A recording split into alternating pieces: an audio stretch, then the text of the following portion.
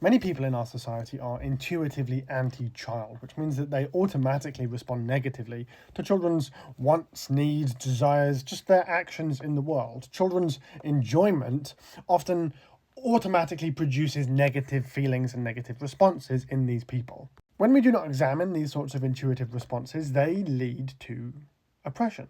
Now, what we need to understand about the human mind is that the rational explanation for the feelings that we feel is not always rational. It is the brain's attempt to make sense of what you are feeling based on the knowledge that it has to hand.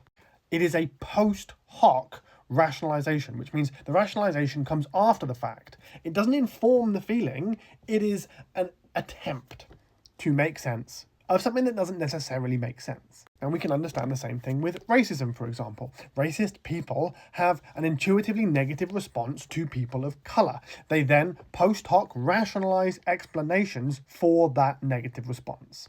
The negative response is an embodied process. It is an affective process, not a rational one. However, the post hoc rationalization then becomes the rationalization that people use to justify those behaviours, whether or not that had anything to do with the initial production of the negative feeling.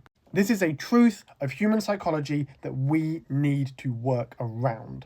So when we experience feelings like this, say you are in a public space and a child is having fun, just doing what children do and what they should be able to do in our shared social spaces. These aren't adult-only spaces. Children also exist as equal humans in this society. Well, they should.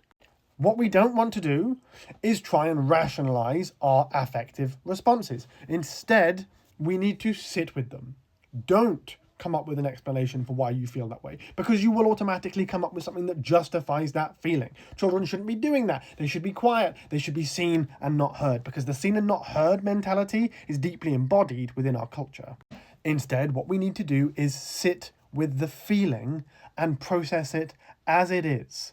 This is very similar to mindfulness, where you're not trying to explain away or recognize or engage with the feelings and the thoughts that you experience. You are simply acknowledging their existence. This allows the mind to process them in a more meaningful and more fundamental way. Once the intuitive, negative, affective response has subsided, then rationality can actually come in a useful way. A great example of this is children climbing up the slide. Often, intuitively, children who climb up the slide are met with, no, don't do that, wrong, you shouldn't do that. Why the fuck not? If someone's coming down the other way, sure, don't go up, but children can mediate that, they can communicate that. And that is what should be encouraged.